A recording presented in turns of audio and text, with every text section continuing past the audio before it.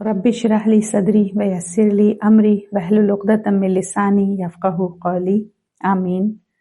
الحمدللہ دورہ قرآن میں جز 5 کو اب انشاءاللہ ہم دیکھیں گے۔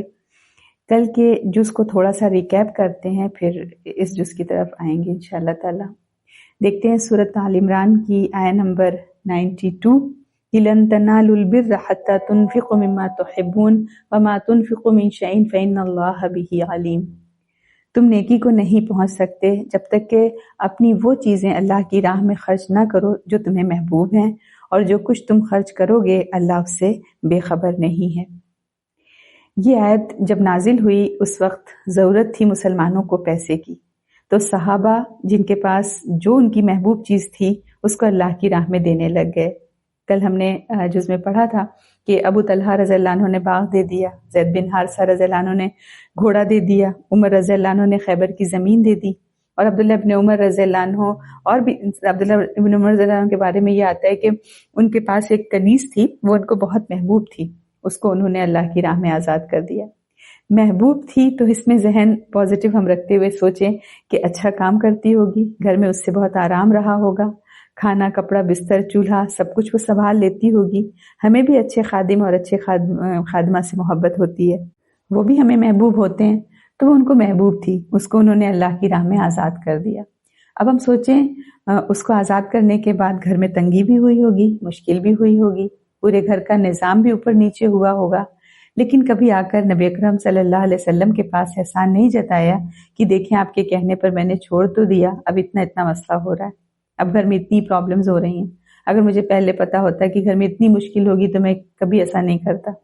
تو نیکی کر کے پچھتانا یہ دراصل نیکی کو ضائع کرنے والی چیز ہے۔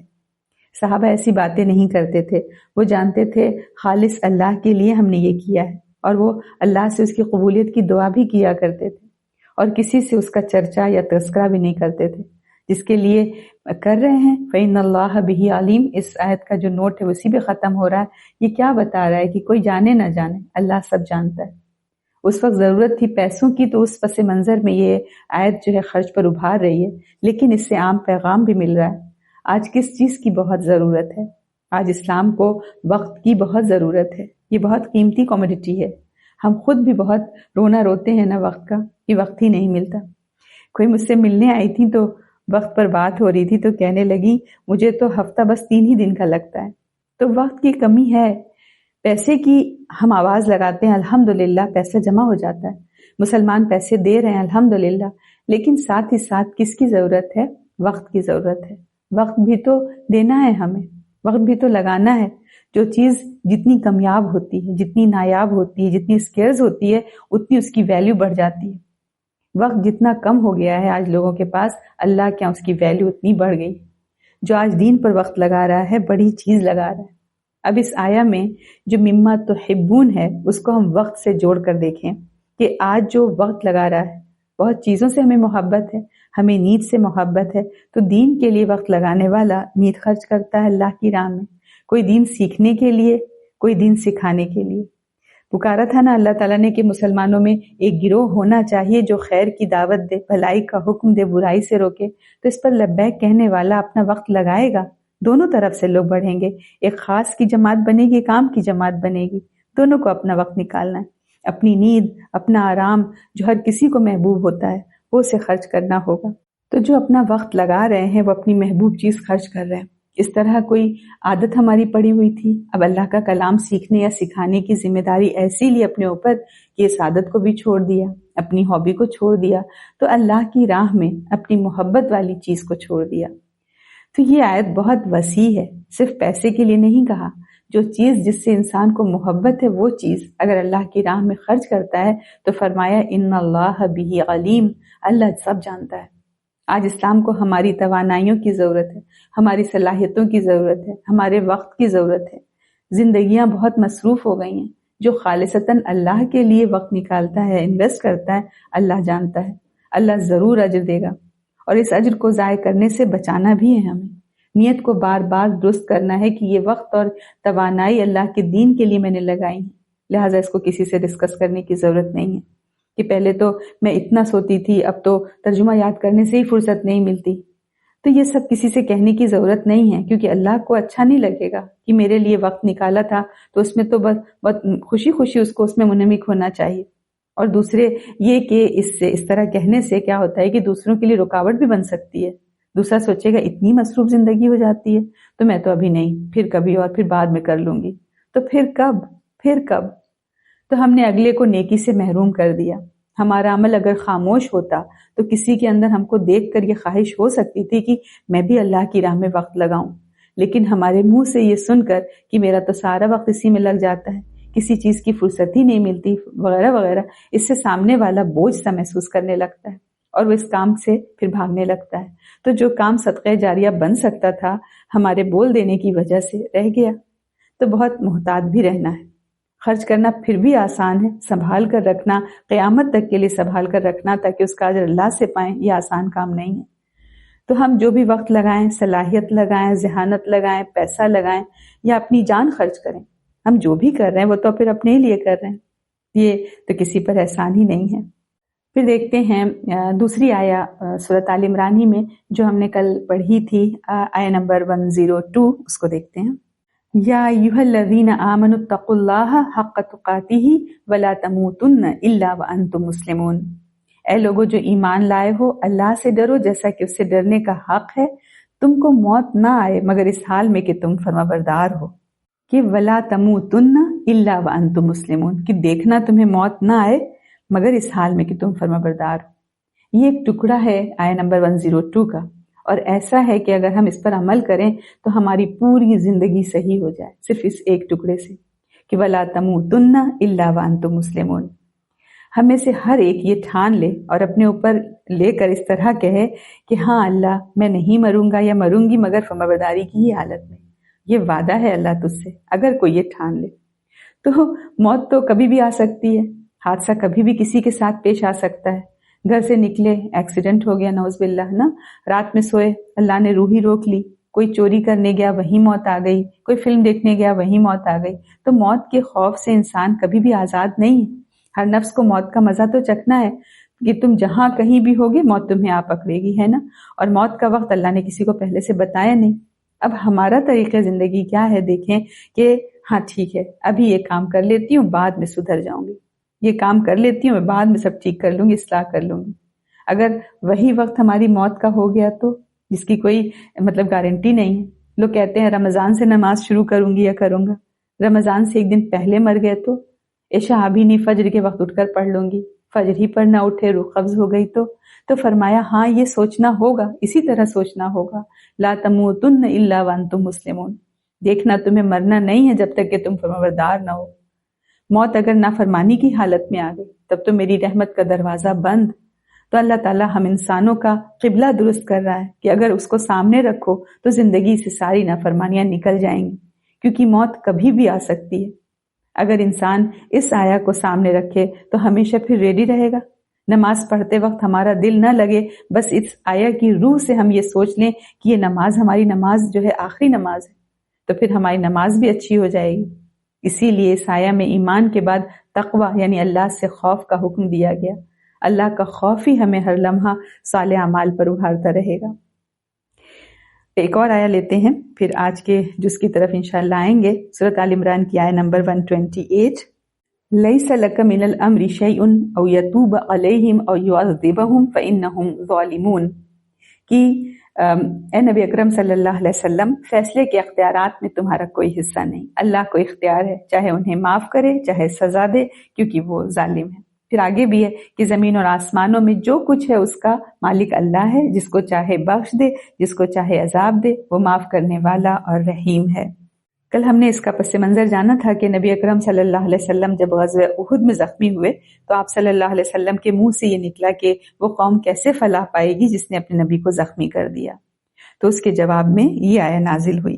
تو اس آیا سے کیا سبق ہے کہ ہم دیکھیں کہ جنہوں نے رسول کو تنگ کیا ان کی بھی معافی ہو گئی، اور ہم یہ بھی دیکھیں کہ سارا مکہ تقریباً سوائے اکا دکا سب مسلمان ہو گئے تھے۔ خالد بن ولید آگے اسلام کے لیڈر ہی بنے. تو اس سے سبق یہ ہے کہ اگر اللہ نے ہمیں کسی اچھے کام کی توفیق دے دی ہے، نماز، تلاوت، اذکار وغیرہ کی، اور اگر ہمیں کوئی تنگ کرتا ہے تو یہ نہ سوچیں کہ ہم تو اب بہت نیک ہیں، اللہ والے ہیں، میری ایک آہ اس کو لگ جائے گی. اور پھر جو گردش زمانہ کے حساب سے اگر ہم نے جس کو بد دعا دی اس کا ایکسیڈنٹ ہو جاتا ہے یا اس کی طرف سے کوئی بری خبر ملتی ہے تو پھر غرور بھی آ جاتا ہے کہ دیکھیں کہ ہاں مجھ کو تنگ کیا تھا نا، اللہ نے دکھا دیا اس کو، اللہ نے دیکھ لیا، اللہ میرا ساتھی ہے. نہیں، یہ ہم نہ سوچیں. اتنا اپنے بارے میں خوش گمان ہونے کی ہمیں ضرورت نہیں ہے. ہم دیکھیں اللہ نے اپنے رسول سے کیا کہا، آپ کے اختیار میں فیصلے نہیں ہیں، اللہ دلوں کا حال جانتا ہے. آج کون کس حال میں ہے، کل کس حال میں ہوگا ہمیں نہیں معلوم. کون ہم سے کب تقوی میں بہت آگے نکل جائے، اور ہو سکتا ہے ہم سے زیادہ ہو. تو ہم اس آیت سے یہ سیکھیں کہ جب نبی اکرم صلی اللہ علیہ وسلم کو روک دیا گیا بد دعا سے تو ہم کہاں اسٹینڈ کرتے ہیں. ہم اپنے لیے، دوسروں کے لیے، سب کے لیے ہدایت کی دعا مانگیں. اب انشاءاللہ تعالی شروع کرتے ہیں جز نمبر 5. اعوذ باللہ من الشیطان الرجیم، بسم اللہ الرحمن الرحیم. اور وہ عورتیں بھی حرام ہیں جو کسی دوسرے کے نکاح میں ہوں مگر یہ کہ وہ جنگ میں تمہارے ہاتھ آئیں. یہ اللہ کا حکم ہے تمہارے اوپر. ان کے علاوہ جو عورتیں ہیں وہ سب تمہارے لیے حلال ہیں بشرطے کہ تم اپنے مال کے ذریعے سے ان کے طالب بنو، ان کو نکاح کی قید میں لے کر، نہ کہ بدکاری کے طور پر. پھر ان عورتوں میں سے جن کو تم کام میں لائے ہو ان کو ان کا طے شدہ مہر دے دو، اور مہر کے ٹھہرانے کے بعد جو تم نے آپس میں راضی نامہ کیا ہو تو اس میں کوئی گناہ نہیں. بے شک اللہ سب جاننے والا اور حکمت والا ہے. کل ہم نے یہ دیکھا تھا کہ اسلام میں نکاح کے حوالے سے یہ بتائی تھی بات کی حرمت کی 2 قسمیں ہیں. کچھ رشتے ایسے ہیں جن سے نکاح ہمیشہ کے لیے حرام ہے، یعنی کسی بھی حال میں ان سے نکاح ممکن نہیں. اور کچھ رشتے ایسے ہیں جن کی حرمت عارضی ہوتی ہے، جو مخصوص حالات کی وجہ سے ہوتی ہے، اور وہ حالات ختم ہو جائیں تو ان سے نکاح جائز ہو سکتا ہے. تو انہی میں سے یہ محسنات یعنی محسنات مطلب وہ عورتیں جو کسی دوسرے کے نکاح میں ہوں، یعنی وہ جب تک قانونی طریقے پر اس کے دوسرے کے نکاح سے باہر نہیں نکل جائیں، عدت نہ گزر جائے تو کسی دوسرے مرد کے لیے پھر نکاح جائز نہیں ہے. پھر اس میں جو کہا کہ الا ما ملکت ایمانکم، مگر یہ کہ جو باندھی ہے وہ الگ ہے اس سے. تو کیا ہے مطلب کہ جیسے اگر کسی دشمن ملک سے جنگ ہو، وہاں عورتیں گرفتار کی جائیں اور باندھی بنائی جائیں، تو اگرچہ کہ ان کے شوہر وہاں ہیں، مطلب دشمن والے ملک میں دارالحرب جس کو بولتے ہیں، دارالحرب میں موجود ہوں، لیکن اسلامی مملکت میں ایسی عورتوں سے نکاح کیا جا سکتا ہے. اسی کو قرآن نے الا ما ملکت ایمانکم سے ذکر کیا ہے. دوسرے ملک سے گرفتار ہو کر آنے والی بادیوں کے لیے بھی ایک پھر وہ ہے ایک حیض، ایک پیریڈ اس کا گزر جائے تاکہ اس بات کا اطمینان ہو جائے کہ وہ اپنے پرانے شوہر سے حاملہ نہیں ہے. تو اسلام میں یہ بہت ہے، جیسے کہ اگر جو صرف منکوحہ عورت سے نکاح کو حرام نہیں قرار دیا، بلکہ اگر کسی کا شوہر سے اس کا ڈیورس ہو گیا تب بھی پر بھی احتیاط کے طور پر ایک مدت مقرر ہے جسے عدت کہتے ہیں نا، تو جب تک وہ عدت نہیں گزار لے گی تب وہ بھی طلاق شدہ عورت بھی ایک عدت گزارے گی تبھی اس کی شادی دوسری ہو سکتی ہے. تو اسلام میں یہ پابندی ہے. باندھی کا ذکر جو ہے پیچھے بھی آیا، یہاں بھی آیا. بہت سے سوالات بھی آتے ہیں کنیزوں اور لوڈیوں کے بارے میں کہ یہ اسلام میں لوڈیوں کی کیا باتیں ہیں. اسلام پر پھر اعتراض بھی لوگ کرنے لگتے ہیں. ہم دیکھیں اسلام نے غلامی کو انٹروڈیوس نہیں کیا، یہ دوسرے مذاہب ایران اور روم کی حکومتوں میں پہلے سے ایک رائج طریقہ تھا. تو اسلام نے آتے ہی غلامی کو بین نہیں کیا. لوگ غلام خریدتے تھے، غلام اور لوڈیاں بیچتے تھے، خریدتے تھے. جیسے نکاح میں ایجاب و قبول کے ذریعے قانونی طور پر رشتہ قائم ہو جاتا ہے، اسی طرح ایجاب و قبول کے ذریعے باندیاں بھی خریدی جاتی تھیں، بیچی جاتی تھیں، اور یہ لیگل سمجھا جاتا تھا. لوگ اس پر پیسہ انویسٹ کرتے تھے. اسلامی قوانین آہستہ آہستہ آئے ہیں، ہمیں پتہ ہے. پہلے ذہنوں کو تیار کیا جاتا ہے، پہلے ذہن سازی کی، پھر قانون سازی کی ہے اسلام نے.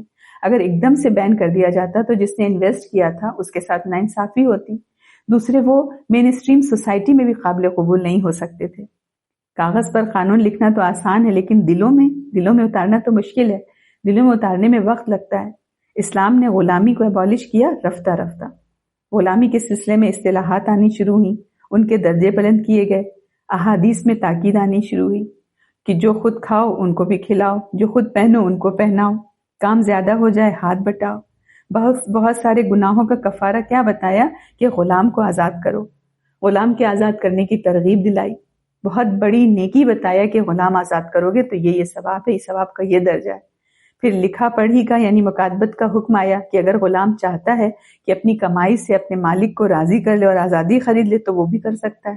زکوٰۃ کے پیسے میں سے اس کو دینے کا حکم دیا گیا. پھر ایک اور قدم آگے بڑھایا کہ لونڈی سے نکاح کی اجازت دے دی گئی. تو اس زمانے میں دوسری قوموں اور مذہبوں میں غلام اور لونڈیاں تو رکھتے تھے، لیکن ان غلاموں اور باندیوں لونڈیوں کے کچھ بھی حقوق نہیں تھے. اسلام نے تو ان کے لیے حقوق متعین کیے، مالک کے اختیارات کا دائرہ لمیٹڈ کیا، غلاموں اور لونڈیوں کو باعزت حیثیت دی، انہیں آہستہ آہستہ سوشل اپلفٹ ملی. جنگ میں بھی قیدی غلام، قیدی باندیاں آتی تھیں. ہم اس کو اس طرح سمجھیں کہ اگر مملکت اسلامی اور دشمن ملک کے درمیان جنگ چھڑ جائے اور مرد اور عورت گرفتار کر لیے جائیں تو اب 3 صورت ہی بن سکتی ہے، یا تو قیدیوں کے بدلے قیدیوں کو آزاد کر لیا جائے کہ اپنے قیدی لو، ہمارے قیدی واپس کرو، نمبر 1، اور یہ سب سے بہتر صورت ہوتی. اور دوسری صورت جو بنتی ہے، بڑی گھنونی بنتی ہے، وہ یہ کہ دونوں اپنے اپنے قیدیوں کو مار ڈالیں. تو یہ کتنی بدترین بات ہوتی کہ پرامن شہریوں کا قتل عام. تیسری صورت یہ ہوتی کہ اگر قانونی طور پر ان قیدیوں کو اپنے ملک میں ہی جذب کر لیا جائے. تو اسی مقصد کے لیے اسلام نے غلام اور باندی بنانے کی اجازت دی. انہوں نے اسلامی سوسائٹی کا حصہ اسے بنایا. اس طرح سے انہیں گھروں میں تقسیم کیا کہ وہ کسی طرح سے دوبارہ بحال ہو جائیں، معاشرے میں دوبارہ شامل ہو جائیں. بدر کے قیدیوں کو جب نبی اکرم صلی اللہ علیہ وسلم نے تقسیم فرمایا تو صحابہ سے ان کے ساتھ اچھے سلوک کی تاکید کی. مسلمانوں نے خود کھجوریں کھائیں اور قیدیوں کو روٹیاں کھلائیں. اور لونڈیوں کے ساتھ جو جسمانی تعلق قائم کرنے کی بات آتی ہے تو ایک تو یہ ہوتا تھا کہ گورنمنٹ کسی کو لونڈی دے دیا کرتی تھی کانٹریکٹ کی طرح، جو لیگل تھا، لکھا پڑھی ہوتی تھی، ایجاب و قبول ہوتا تھا گورنمنٹ اور خریدار میں، اور یہ زنا نہیں تھا. تو اس طرح یہ کانٹریکٹ سائن ہوتا تھا، اور جو خریدتا تھا کانٹریکٹ سائن کر کے تو اس کو اجازت تھی کہ چاہے تو وہ جسمانی تعلق قائم رکھے یا نہ رکھے اگر لونڈی چاہے.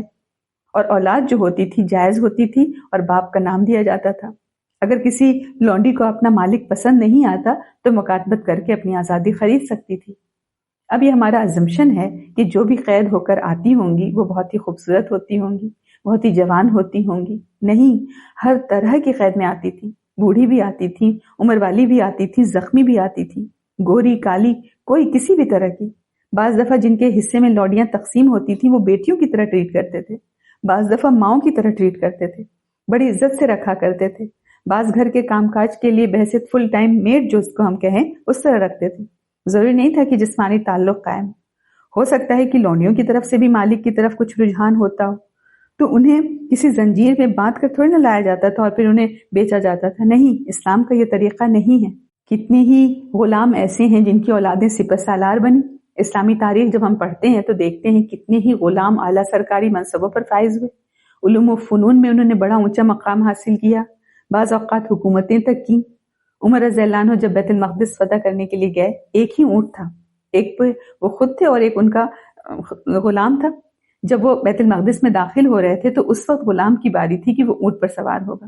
تو اس طرح فاتح کی حیثیت سے داخل ہو رہے ہیں کہ اونٹ کی نکیل عمر رضی اللہ کے ہاتھ میں تھی اور اونٹ کے اوپر ان کا غلام سوار تھا. تو یہ ہے وہ انداز جو اسلام میں تھا. یہ نہیں کہ زنجیروں میں باندھ کر انہیں ہنٹر مار مار کے لایا جائے. نہیں، الحمدللہ. اب آگے دیکھتے ہیں جو اس میں ہے کہ فآتوہن اجورہن، کہ تم ان کی اجرت دو. یہاں اس سے مراد جو ہے مہر واجب کیا گیا، یعنی نکاح کو ویلڈ کرنے کے لیے مہر مردوں پر حق ہے. اور یہ عہد ہے اس بات کا کہ مرد عورت کی ذمہ داری اٹھانے کا عہد کر رہا ہے. یعنی نکاح کے موقع پر مہر کا ادا کیا جانا یعنی اس کا آئندہ نان نفقہ اور پورے جتنے بھی تصرف ہوئیں گے اس کی ذمہ داری کی طرف اشارہ ہو رہا ہے کہ مرد اب یہ پوری ذمہ داری اٹھائے گا. تو واتوہن اجورہن یعنی مہر لونڈیوں کو بھی دینا ہوگا. یعنی مہر کتنا ضروری ہے مرد. نکاح کے موقع پر مہر طے کیا جائے اور اس کو ادا کیا جائے، معجل یا معجل، مگر دینا ہر حال میں. من لم یستطع منکم طولا، یعنی اگر کسی کے پاس آزاد عورت کو دینے کے لیے نہ ہو اور وہ آزاد عورت سے نکاح کی استطاعت نہ رکھتا ہو تو پھر وہ کسی غلام عورت سے بھی شادی کر سکتا ہے. وہی آگے فرمایا اور تم میں سے جو قدرت نہ رکھتا ہو کہ خاندانی آزاد مسلمان عورتوں سے نکاح کر سکے تو اس کو چاہیے کہ وہ تمہاری ان کنیزوں میں سے کسی کے ساتھ نکاح کر لے جو تمہارے قبضے میں ہو اور مومنہ ہو۔ اللہ تمہارے ایمان کو خوب جانتا ہے، تم آپس میں ایک ہو، بس ان کے مالکوں کی اجازت سے ان سے نکاح کر لو اور معروف طریقے سے ان کی مہر کو ادا کر دو۔ اس طرح کہ وہ قید نکاح میں لائی جائیں، نہ کہ آزاد شہوت رانی کریں اور چوری چھپے آشنائیاں کریں۔ پھر جب وہ قید نکاح میں آ جائیں اور اس کے بعد وہ بدکاری کی مرتکب ہوں تو آزاد عورتوں کے لیے جو سزا ہے اس کی نصف سزا ان پر ہے۔ یہ اس لیے ہے کہ جو تم میں سے بدکاری کا اندیشہ رکھتا ہو، اور اگر تم ضبط سے کام لو تو یہ تمہارے لیے زیادہ بہتر ہے، اور اللہ بخشنے والا رحم کرنے والا ہے۔ یعنی اگر کسی کے پاس آزاد عورت کو دینے کے لیے نہ ہو اور وہ آزاد عورت سے نکاح کی استطاعت نہ رکھتا ہو تو پھر وہ کسی غلام عورت سے بھی شادی کر سکتا ہے، یعنی کسی کم درجے کے سماجی طبقے میں جس کا اسٹیٹس اس سے کم ہو اس کے ساتھ نکاح کر لے، لیکن اپنی پاک دامنی پر حرف نہ آنے دے۔ اور آگے کیا ہے کہ ان تصبروا خیرا لکم، کہ اگر تم صبر کر لو تو یہ بہتر ہے۔ صبر کی تلقین جو کی گئی ہے اس سے یہ پتہ چلتا ہے کہ اگرچہ کہ لونڈی سے نکاح جائز ہے، کوئی گناہ نہیں ملے گا، لیکن اگر کوئی شخص اپنی خواہش پر قابو رکھ سکتا ہو اور تھوڑا تھوڑا رکے اور کما کر آزاد عورت سے شادی کرنے کے قابل ہو جائے، مہر ادا کرنے کے قابل ہو جائے، تو یہ مطلب اس کے لیول کا مہر، تو یہ اس کے لیے زیادہ بہتر ہے۔ ایسا کیوں؟ اس کی وجہ یہ ہے کہ اس زمانے کے قانون کے مطابق لونڈی سے پیدا ہونے والی اولاد بھی غلام ہی تصور کی جاتی تھی، یعنی پیدا ہونے والا بچہ کل کو غلام تصور کیا جائے گا، اس لیے صبر کی تلقین کی گئی تاکہ اولاد کے مستقبل پر اثر نہ پڑے۔ اسے ہم یہ بھی سوچیں کہ اسلام میں نکاح سے ایک گھر وجود میں آتا ہے جس میں ہونے والی اولاد کی عزت کا تحفظ، اس کی تربیت اور اس کو ایک اچھا مستقبل دینا ہے، اور ان تمام چیزوں سے پرہیز کرنا ہے جس سے بچوں کا مستقبل خراب ہونے کا اندیشہ ہو۔ اس آیت کا مفہوم یہ ہے کہ مومن کو اپنی عزت کی حفاظت ہر حال میں کرنی۔ اگر اپنے اسٹیٹس کی عورت سے نکاح ممکن نہیں تو کم اسٹیٹس میں نکاح کر لے، لیکن زنا کی اجازت کسی حال میں نہیں۔ اللہ چاہتا ہے کہ تمہارے لیے واضح کرے اور تمہیں ان لوگوں کے طریقوں کی ہدایت دے جو تم سے پہلے گزر چکے ہیں، اور اللہ تم پر توجہ کرے۔ اللہ جاننے والا، حکمت والا ہے۔ اللہ تعالیٰ بندوں کو اندھیرے میں نہیں رکھنا چاہتا۔ اسلام علم دیتا ہے، جہالت مٹاتا ہے۔ اس سے ہم دیکھیں ہمیں تعلیم دی گئی وراثت کی، نکاح کی، سوسائٹی میں کیسے رہیں، لوگوں کے حقوق، تاکہ ہماری زندگی اندھیرے میں نہ رہے، اجالا رہے، اندھیروں میں ہم بھٹک نہ جائیں۔ تو ہمیں سنن الذین، کیا ہے سنن الذین، ہمیں تو یہاں پر کیا ہے کہ سنن الذین من قبلکم، تو ہمیں سنن الذین من قبلکم، ان لوگوں کے طریقے بتائے جو ہم سے پہلے تھے، یعنی انبیاء اور صلحاء کے طریقے۔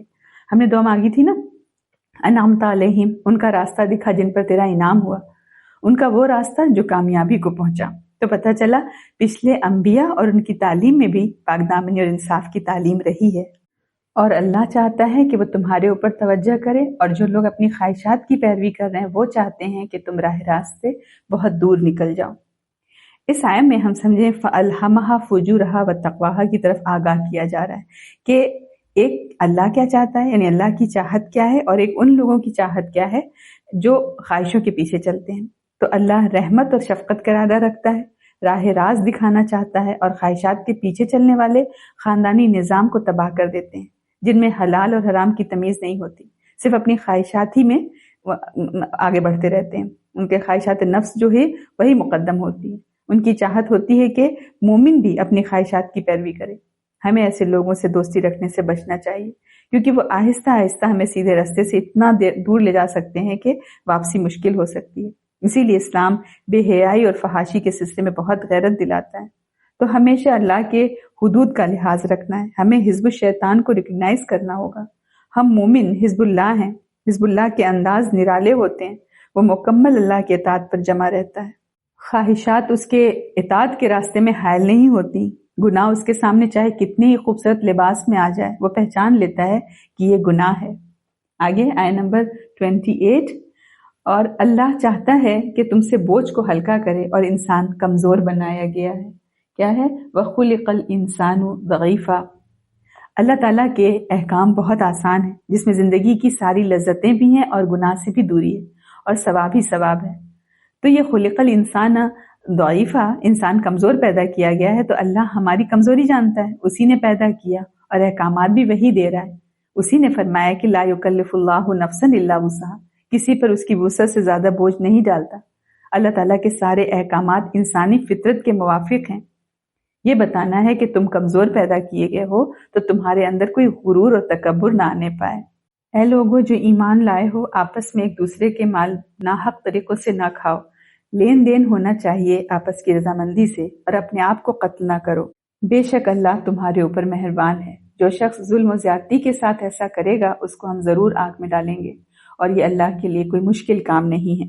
لا تاکلوا اموالکم، اپنا مال باطل طریقے سے نہ کھاؤ، یہ ترجمہ کرتے ہیں اپنا مال کہا یہاں، لیکن میں کیا کہا جا رہا ہے کہ دوسروں کا مال ناحق نہ کھاؤ، لیکن یہاں پر اپنا مال کہا گیا، تو ایسا اس لیے ہے کہ دوسروں کے مال کو اپنا مال کہہ کر یہ بتائے کہ اہل ایمان ایک جسم کی طرح ہے، جس طرح اپنے مال کی اہمیت ہے اسی طرح دوسروں کے مال کی بھی اہمیت ہے۔ دوسروں کا تمہارے لیے ایسے ہی قیمتی ہونا چاہیے مال جیسا تمہارا خود کا مال۔ یہ مسلم معاشرہ تشکیل پا رہا ہے، اس میں کیسی پیور فضا ہونی چاہیے یہ بتایا جا رہا ہے۔ پھر فرمایا وَلَا تَقْتُلُوا أَنفُسَكُمْ، اور اپنے کو قتل نہ کرو، مطلب ایک دوسرے کو قتل نہ کرو۔ اپنے یہاں پر بھی وہی بات کی، ایک دوسرے کو قتل نہ کرو، تو ایک مفہوم یہ بھی اس کا کیا گیا ہے کہ خودکشی نہ کرو، ہے نا۔ پھر اگلی آیت میں ان دونوں صورتیں بتائی کہ دونوں صورتیں حرام ہیں، کہ من یفعل عدوانا و ظلما، جس نے زیادتی اور ناانصافی کر کے کیا ہے نا، تو اس نے شدید گناہ کیا۔ تو پھر اس پر کیا فرمایا کہ ہم اس کو نسلی ہی نارا، ہم اس کو آگ میں، یعنی اگر کسی نے جان بوجھ کر یہ کام کیا تو ہم اس کو آگ میں جھونک دیں گے۔ اگر تم ان بڑے بڑے گناہوں سے پرہیز کرتے رہو جن سے تمہیں منع کیا جا رہا ہے تو تمہاری چھوٹی موٹی برائیوں کو ہم تمہارے حساب سے مٹا دیں گے اور تم کو عزت کی جگہ داخل کریں گے۔ گناہ کی دو قسمیں بتائی گئی ہیں کہ ایک کبیرہ گناہ یعنی بڑے گناہ کیا ہیں جن پر کوئی حد مقرر کی گئی ہو یا ان کے بارے میں لعنت آئی ہو یا جہنم کی وعید سنائی گئی ہو، اور جس گناہ میں یہ کیفیت نہ پائی جائے وہ صغیرہ یعنی نسبتاً چھوٹے گناہ ہیں، اور چھوٹے گناہ پر اصرار مستقل دوام اگر کیا جائے تو وہ بھی کبیرہ ہی کے حکم میں ہو جاتا ہے۔ کسی نے کبیرہ گناہ سے متعلق صحابہ کے اقوال کو جمع کیا اور پھر اس پر غور کیا تو دیکھا کہ یہ سارے گناہ ہمارے جسم کے کن کن اعضاء سے سرزد ہوتے ہیں۔ دل سے ہونے والے کبیرہ گناہ کتنے ہیں؟ زبان سے، پیٹ سے، شرمگاہ سے، ہاتھوں سے، پیروں سے، اور ایک وہ گناہ جس میں یہ سارے ہی اعضاء لگ جاتے ہیں۔ تو دل سے ہونے والے 4 کبیرہ گناہ ہیں: شرک کرنا، گناہ پر اصرار کرنا، اللہ کی رحمت سے مایوس ہونا، اللہ کے تدبیر سے بے خوف ہو جانا، یہ سارے گناہ دل سے ہونے والے۔ زبان سے بھی 4 بڑے گناہ سرزد ہوتے ہیں: جھوٹی گواہی، پاک دامن عورت پر تہمت لگانا، جھوٹی قسم اور جادو کرنا۔ اسی طرح سے پیٹ سے ہونے والے شراب، یتیم کا مال کھانا، سود کھانا، اور شرمگاہ سے زنا اور لواطت، اور ہاتھوں سے ہونے والا کبیرہ گناہ قتل کرنا اور چوری کرنا، پیروں سے ہونے والا کبیرہ گناہ میدان جنگ سے بھاگنا، پورے جسم سے والدین کی نافرمانی کرنا۔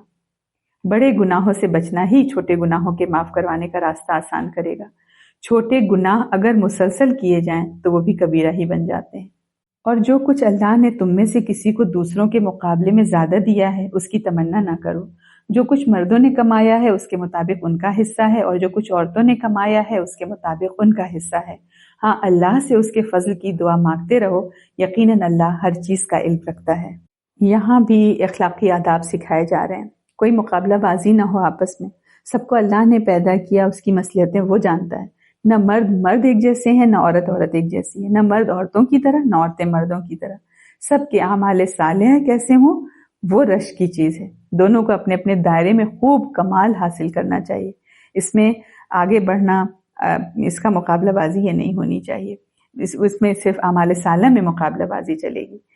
یہ جو آیت ہے کہ بہت ساری عورتوں کو رشک ہوا کہ مرد جہاد میں شریک ہوتے ہیں اور ہم عورتیں اس فضیلت سے محروم ہیں، میراث میں بھی مردوں کا حصہ عورتوں کے مقابلے میں زیادہ ہے، تو اسی موقع پر یہ آیت نازل ہوئی۔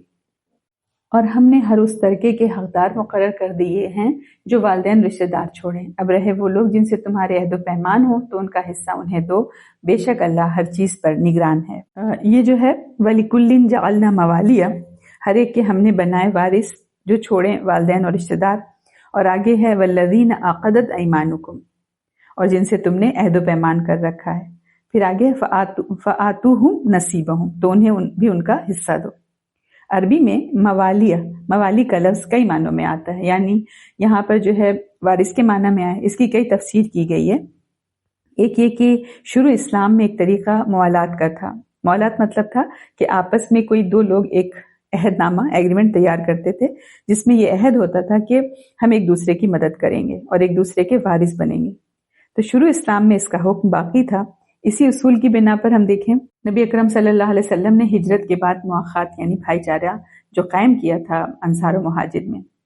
پھر جب میراث کا پورا حکم نازل ہو گیا اور یہ بات متعین کر دی گئی کہ میراث کا مستحق کون ہے، قریبی رشتہ دار ہوں گے، تو پھر یہ حکم منسوخ ہو گیا، یعنی وراثت کے جو قوانین اللہ تعالیٰ نے اب بتا دیے اسی مطابق اب جائیداد تقسیم ہوگی۔ اگر کسی سے کوئی وعدہ تھا تو اپنی زندگی میں اس کو دے سکتا ہے یا وصیت کر سکتا ہے، اور وصیت کے لیے بھی ایک حد بتا دی کہ اس سے زیادہ مال کی وصیت نہیں کر سکتا۔ دوسرے اس کی وضاحت اس طرح ہے کہ جو یہ عقدت ایمانکم ہے، اس سے کیا مراد ہے؟ عقد نکاح، یعنی نکاح کے ذریعے جو عہد و پیمان ہوا ہے اس کو بھی دو، یعنی بیوی کو ملے گا شوہر کے حصے میں سے اور شوہر کو ملے گا بیوی کے حصے میں سے۔ مرد عورتوں پر قوام ہے اس بنا پر کہ اللہ نے ان میں سے ایک کو دوسرے پر فضیلت دی ہے، اور اس بنا پر کہ مرد اپنے مال خرچ کرتے ہیں۔ بس جو صالح عورتیں ہیں وہ اطاعت شعار ہوتی ہیں اور مردوں کے پیچھے اللہ کی حفاظت و نگرانی میں ان کے حقوق کی حفاظت کرتی ہیں۔ اور جن عورتوں سے تمہیں سرکشی کا اندیشہ ہو انہیں سمجھاؤ، خوابگاہوں میں ان سے علیحدہ ہو جاؤ اور انہیں مارو، اور اگر وہ پھر تمہاری مطیع ہو جائیں تو خامخواہ ان پر دست درازی کے لیے بہانے تلاش نہ کرو، یقین رکھو کہ اوپر اللہ موجود ہے جو بڑا اور بالاتر ہے۔ قوام مطلب منتظم، انتظام کرنے والا، سرپرست۔ اسلامی گھرانہ تعمیر ہو رہا ہے۔ گھر بھی ہم دیکھیں ایک مملکت ہے، اس کا سربراہ مرد ہوگا، عورت جو ہے وہ نائب سربراہ ہوگی۔ سارے مرد ساری عورتوں پر نگہبان نہیں ہیں۔ اس کو اگر ہم اس طرح ترجمہ کریں کہ شوہر قوام ہے عورتوں پر، ورنہ ہم جانتے ہیں کہ بیٹا کتنا بھی قابل کیوں نہ ہو اپنی ماں پر حاکم نہیں ہو سکتا، بیٹا کتنا بھی بڑا کیوں نہ ہو جائے ماں سے نیچے ہی رہے گا، خالہ سے نیچے ہی رہے گا، پھوپھی سے نیچے ہی رہے گا، دادی سے نیچے ہی رہے گا، جیسا رشتہ ہوگا ویسا نبھانا ہوگا۔ تو یہاں کانٹیکسٹ کیا ہے؟ شوہر بیوی کا۔ شوہر بیوی مل کر خاندان کی بنیاد ڈالیں گے، تو اس خاندان کا سربراہ کون ہوگا؟ تو بتایا وہ شوہر ہوگا۔ تو شوہر قوام ہوا عورتوں پر۔ کیوں شوہر کو چنا؟ دیکھیں آگے فرمایا بما فضل اللہ بعضهم علی بعض، کہ جسمانی ساخت کے لحاظ سے مرد کو فضیلت حاصل ہے۔ اور کیوں قوام رہے گا مرد؟ آگے پھر فرمایا وبما انفقوا، کیوں؟ کیونکہ یہ خرچ کرتا ہے، خرچ کی ذمہ داری اسی کی ہے، عورت کی ذمہ داری نہیں ہے۔ نان نفقہ، اوڑھنا بچھونا، دوا دربند سب کی ذمہ داری جب مرد کی ہے تو وہی منتظم بھی ہوگا، وہی قوام بھی ہوگا۔ سورۃ بقرہ میں ہے نا کہ مرد کا ایک درجہ بڑھا ہوا ہے، تو وہ اسی خرچ کی وجہ سے، یعنی وہی سرپرست ہے، حاکم نہیں ہے۔ فالصالحات قانتات حافظات للغیب۔ اب عورت کی کیا ذمہ داری ہو اس خاندان کو اچھے سے چلانے میں؟ قانتات یعنی اطاعت گزار ہو، باتیں مانے، اور حافظات للغیب ایک ترجمہ رازوں کی حفاظت کرنے والی ہو، اور دوسرا کہ شوہر کی غیر موجودگی میں گھر اور عزت کی حفاظت کرنے والی ہو۔ اور یہ ہے واللاتی تخافون نشوزہن، کہ جن عورتوں سے تمہیں سرکشی کا اندیشہ ہو۔ تو یہاں اس کا ترجمہ اندیشہ، اس سے اور بھی ترجمہ کیا گیا ہے کہ نہیں اندیشے کی بنا پر نہیں، یہاں پہ خافہ یا خافوں کا مطلب ہے جب تمہیں علم ہو، پتہ چل جائے کہ تمہاری بیوی نافرمانی کر رہی ہے تو کیا کرو؟ فرمایا فعظوہن، تو ان کو نرمی سے سمجھاؤ۔ پھر اگر نہ اسٹیپ ہے، پھر اگر نہ مانے تو دوسرا طریقہ یہ ہے کہ ان کے بستر الگ کر دو۔ پھر تیسرا وضربوہن، پھر ان کو مار سکتے ہو۔ اب وضربوہن کیسے مارنا ہے اس کی وضاحت نبی اکرم صلی اللہ علیہ وسلم نے کی ہے کہ ہلکی مارو، چہرے پر نہیں مارنا ہے، اور نہ ایسا مارنا ہے کہ مار اپنا نشان چھوڑ دے۔ جب انسان غصے میں آتا ہے تو سب سے پہلے چہرے پر مارتا ہے، اور جو سامنے کچھ بھی مل جاتا ہے، لاٹھی ڈنڈا جو بھی مل جاتا ہے اس سے مارتا ہے، تو دونوں سے ہی منع کیا ہے نبی اکرم صلی اللہ علیہ وسلم نے۔ پھر آگے فرمایا اگر وہ بات ماننے لگے تو پھر مارنے کے بہانے نہ ڈھونڈو، یعنی جن کا ہاتھ چھوٹ جاتا ہے ایک بار تو بات بات پر مارنے لگتے ہیں۔ آگے ہم دیکھیں کس نوٹ پر آیت ختم ہو رہی ہے، ان اللہ علی کبیرہ، اللہ نہایت ہی بلند اور بڑا ہے، یعنی اگر تم اس کے داروغہ بن گئے تو تم سے بڑا داروغہ اللہ تعالیٰ ہے۔ تمہاری قوامیت کی ایک باؤنڈری ہے، اس کو مت پھیلانا ورنہ اللہ کا غضب ٹوٹ پڑے گا۔ اگر تم لوگوں کو کہیں میاں اور بیوی کے تعلقات بگڑ جانے کا اندیشہ ہو تو ایک حکم مرد کے رشتہ داروں میں سے اور ایک عورت کے رشتہ داروں میں سے مقرر کرو۔ وہ دونوں اصلاح کرنا چاہیں گے تو اللہ ان کے درمیان موافقت کی صورت نکال دے گا۔ اللہ سب کچھ جانتا ہے اور باخبر ہے۔ یہاں پر پھر وہی آیا وَإِنْ خِفْتُمْ کہ اگر تمہیں ڈر نہیں، اگر تمہیں اندیشہ نہیں، یہاں پر بھی وہی معلوم کے معنی میں کہ اگر تمہیں معلوم ہو، اگر معلوم ہے کہ ان دونوں کے درمیان شقاق ہے، شقاق مطلب یہ شدید نفرت، ایک دم شک، یعنی دل ایک دم شک گیا ہو، پھٹ گیا ہو، دل پارا پارا اگر ہو گیا ہو، تو جب دیکھو کہ ان میں جھگڑے ہی ہو رہا ہے تو کیا کرنا ہے، فَبَعْثُوا حَكَمًا، تو ایک حکم لڑکے کے گھر کی طرف سے اور ایک حکم لڑکی کے گھر کی طرف سے مقرر کرنا چاہیے، جس کو ہم پنچ کہتے ہیں۔ تو اگر میاں بیوی صلح چاہیں گے تو اللہ تعالیٰ موافقت پیدا کر دے گا۔ اب اگر مصالحت نہ ہو سکے تو پھر طلاق کا راستہ کھلے گا۔ یہاں یہ ذکر نہیں ہے لیکن آگے اسی مضمون پہ بات ہوئی ہے۔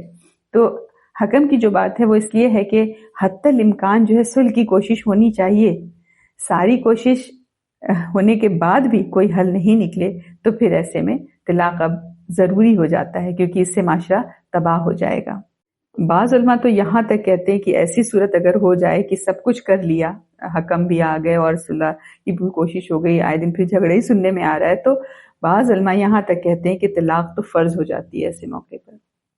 پھر آگے ہم دیکھیں کلیات دین کی آیات آ رہی ہیں، دین کی بنیادی تعلیمات دی جا رہی ہیں، معاشرتی آداب سکھائے جا رہے ہیں۔ فرمایا اور تم سب اللہ کی بندگی کرو، اس کے ساتھ کسی کو شریک نہ بناؤ، ماں باپ کے ساتھ نیک برتاؤ کرو، قرابت داروں، یتیموں اور مسکینوں کے ساتھ حسن سلوک سے پیش آؤ، اور پڑوسی رشتہ دار سے، اجنبی ہمسایہ سے، پہلو کے ساتھی سے اور مسافر سے اور ان لونڈی غلاموں سے جو تمہارے قبضے میں ہوں احسان کا معاملہ رکھو۔ یقین جانو اللہ کسی ایسے شخص کو پسند نہیں کرتا جو مغرور ہو اور اپنی بڑائی پر فخر کرے۔